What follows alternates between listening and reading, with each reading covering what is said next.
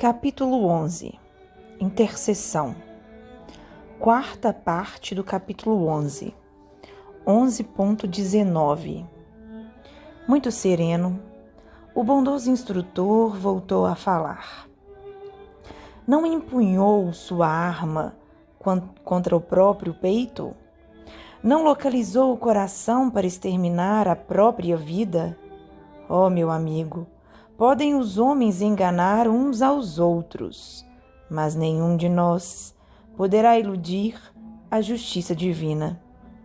Revelando extrema vergonha, ao sentir-se a descoberto, o suicida prorrompeu em soluços, murmurando: Ah, desventurado que sou, 1000 vezes infeliz! Alexandre, contudo, não tornou a falar-lhe naquela circunstância. Depois de recomendá-lo carinhosamente aos cuidados dos irmãos responsáveis pelos serviços de assistência, dirigiu-se a mim, explicando: Vamos, André. Nosso novo amigo está em crise cuja culminância não cederá antes de 70 horas, aproximadamente. Voltaremos mais tarde a vê-lo. De regresso aos meus trabalhos, esperei ansioso o instante de reatar as observações educativas. Impressionava-me a complexidade do serviço intercessório. As simples orações de uma esposa saudosa e dedicada haviam provocado atividades numerosas para o meu prosseguir, aprendendo para minha própria evolução. Encontramos Raul cheio de dores, todavia mais calmo para sustentar a conversação esclarecedora. Queixava-se da ferida aberta, do coração descontrolado, dos sofrimentos agudos, do grande abatimento. Sabia, porém, que não se encontrava mais no círculo da carne, embora semelhante verdade lhe custasse angustioso pranto. Tranquilize-se, disse-lhe o meu orientador com inexprimível bondade. Sua situação é difícil, mas poderia ser muito pior. Há suicidas que permanecem agarrados aos despojos cadavéricos por tempo indeterminado, assistindo à decomposição orgânica e sentindo o ataque dos vermes vorazes. 11.20. Ai de mim, suspirou o mísero, porque além de suicida, sou igualmente criminoso. E demonstrando infinita confiança em nós, Raul contou sua história triste, procurando justificar o ato extremo. Na mocidade, viera do interior para a cidade grande, atendendo ao convite de Noé, seu camarada de infância, companheiro devotado e sincero. Esse amigo apresentara-o certa vez à noiva querida, com quem esperava tecer no futuro o ninho de ventura doméstica. Ai, desde o dia, porém, que vira Esther pela primeira vez, nunca mais pôde esquecê-la. Personificava a jovem o que ele, Raul, reputava como seu mais alto ideal para o matrimônio feliz. Em sua presença, sentia-se o mais ditoso dos homens. Seu olhar alimentava-lhe o coração. Suas ideias constituíam a continuidade dos seus próprios pensamentos. Como, porém, fazer-lhe sentir o afeto imenso? Noé, o bom companheiro do passado, tornara-lhe o empecilho que precisava remover. Esther seria incapaz de traição ao compromisso assumido. Noé mostrava-se infinitamente bondoso e estimável para provocar um rompimento. Foi então que lhe nasceu no cérebro a tenebrosa ideia de um crime. Eliminaria o rival. Não cederia sua felicidade a ninguém. O colega deveria morrer. Como, porém, efetuar o plano sem complicações com a justiça? Enceguecido pela paixão violenta, passou a estudar minuciosamente a realização de seus criminosos propósitos e encontrou uma fórmula sutil para a eliminação do companheiro dedicado e fiel.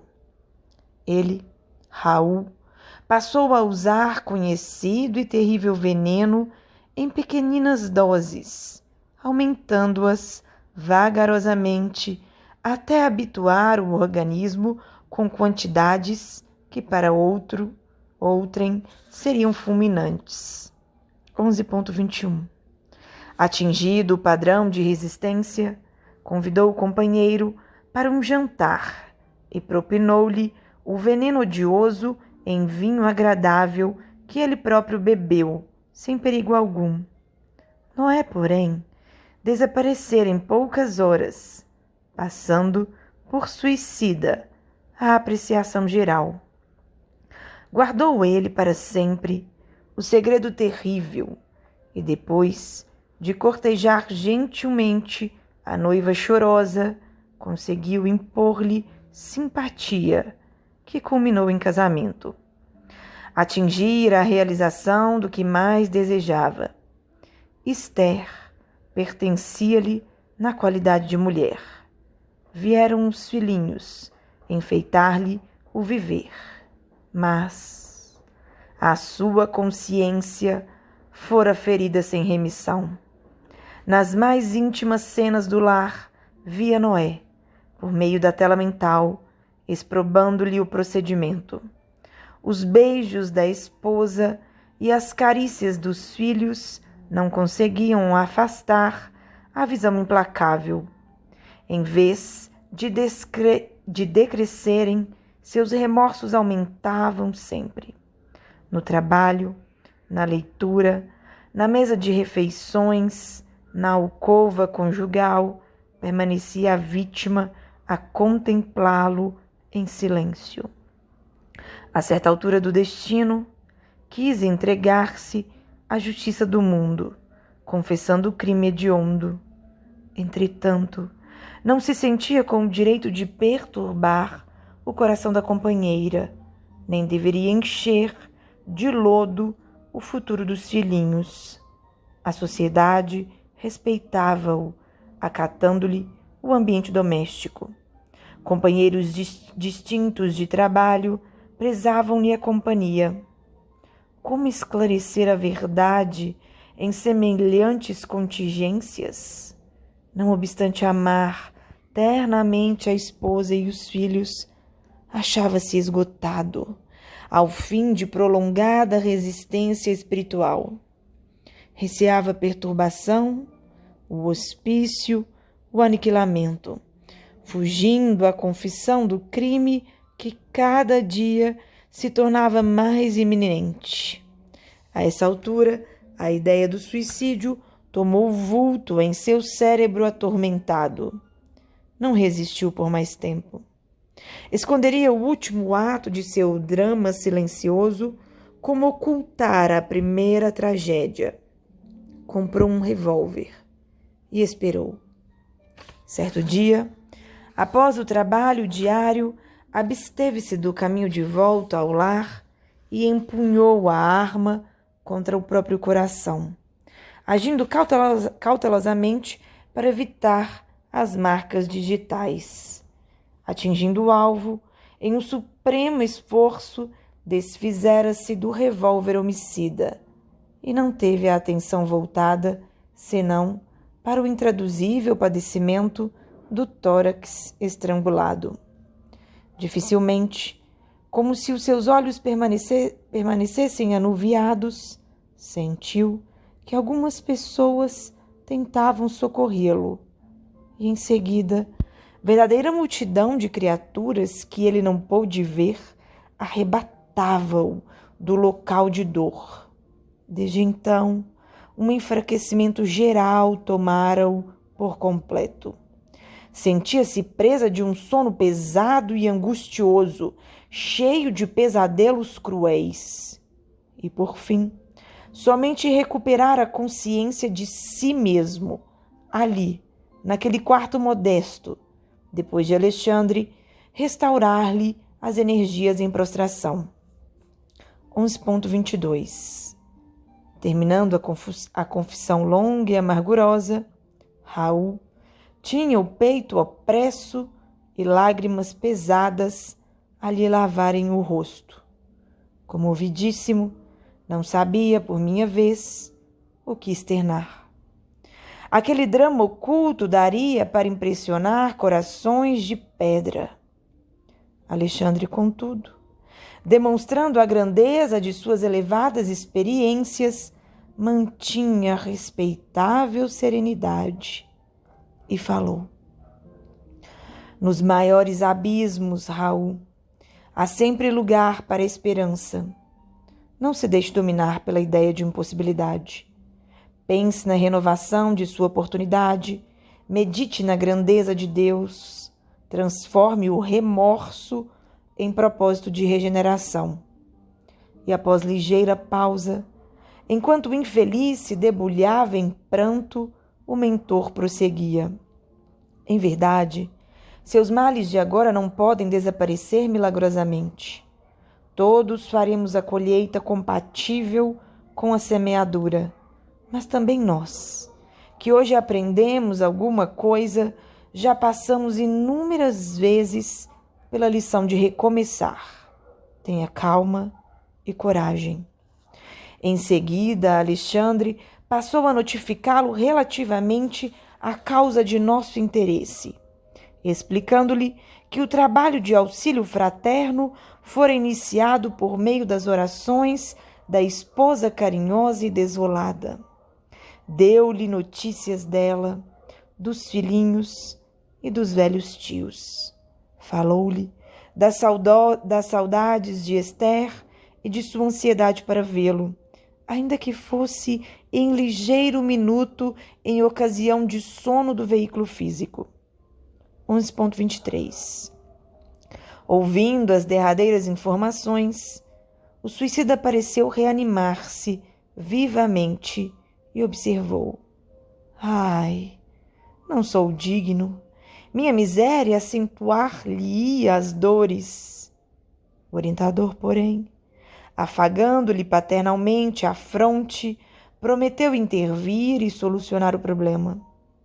Retiramo-nos de novo, e percebendo-me a profunda admiração, Alexandre ponderou: no pequeno drama em observação, meu amigo, você pode calcular a extensão e a complexidade de nossas tarefas nos serviços intercessórios.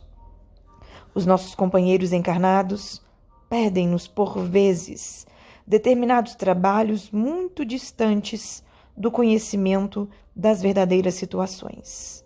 Para a sociedade humana, Raul é uma vítima de sicários ocultos, quando é apenas vítima de si mesmo. Para a companheira, é o marido ideal, quando foi criminoso e suicida. Compreendi as dificuldades morais em que nos achávamos para atender a petição que nos conduzira a semelhante serviço.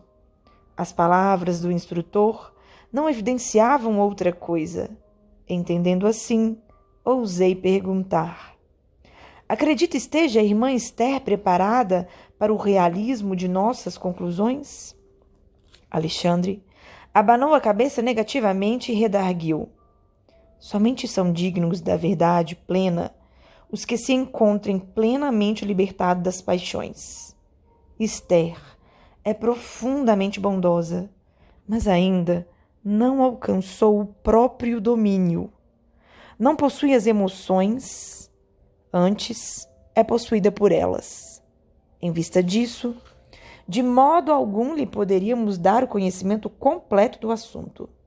Está preparada para a consolação, não para a verdade. 11.24. As afirmativas do instrutor chocaram-me de certo modo. De que maneira omitir os pormenores da tragédia? Não seria faltar à realidade? Por que processo confortar a esposa saudosa, ocultando-lhe o sentido verdadeiro dos acontecimentos? Alexandre, porém, compreendeu minhas indagações e observou: com que direito perturbaríamos o coração de uma pobre viúva na crosta a pretexto de sermos verdadeiros? Por que motivo tisnar a esperança tranquila de 3 crianças adoráveis, envenenando-lhes talvez o destino, tão só para nos exibirmos como campeões da realidade? Haverá mais alegria em mostrar a sombra do crime que em descobrir a fonte do conforto? André, meu irmão, a vida pede muito discernimento. Cada palavra tem sua ocasião, como cada revelação seu tempo. Não podemos compreender um serviço de socorro com o esmagamento do suplicante. A oração de Esther não lhe poderia ser portadora de desalento. Por isso mesmo, nem todos recebem, quando querem, a delegação de mais alto para os serviços de assistência. Registrei a observação. Nesse dia, Alexandre dirigiu-se, em minha companhia, às autoridades do auxílio, pedindo a colaboração de uma das irmãs que funcionavam nas turmas de socorro para concurso mais eficiente ao coração de Esther. Foi destacada Romualda, criatura dedicada e bondosa, que desceu para a crosta junto de nós, recebendo atenciosamente as recomendações do prestimoso amigo. Alexandre não se alongou em muitas instruções. Romualda deveria preparar a viúva espiritualmente para visitar, na noite próxima, o esposo desencarnado e, em seguida, demorar-se junto dela 2 semanas, colaborando no reerguimento de suas energias psíquicas e cooperando para que se lhe reorganizasse a vida econômica por meio de colaboração honesta e digna.